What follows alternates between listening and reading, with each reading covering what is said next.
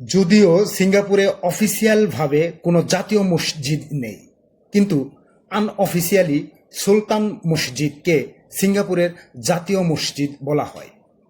সিঙ্গাপুরের ক্যাম্পং এলাকার Muscat state বুগিজ MRT থেকে 5 মিনিটের দূরত্ব ঐতিহাসিক সুলতান মসজিদ, দেশের অন্যতম গুরুত্বপূর্ণ ইসলামিক ল্যান্ডমার্ক।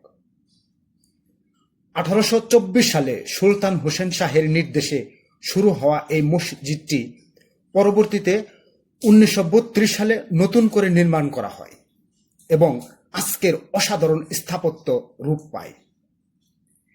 এর স্বর্ণ রঙা দুটি বড় গম্বুজ দূর থেকেই মানুষের নজর কাড়ে, আর কাছ থেকে দেখলে দেখা যায় গম্বুজের নিচের অংশে ব্যবহৃত পুরনো কাচের টুকরো, যা দান করা হয়েছিল সাধারণ মানুষের হাতের তৈরি বিভিন্ন জিনিস থেকে।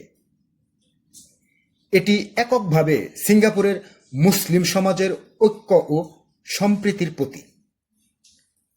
প্রতিদিন হাজারো ধর্মপ্রাণ মুসলমান এখানে আসে নামাজ আদায় করতে, ইতিহাস জানতে এবং অনন্য স্থাপত্য উপভোগ করতে।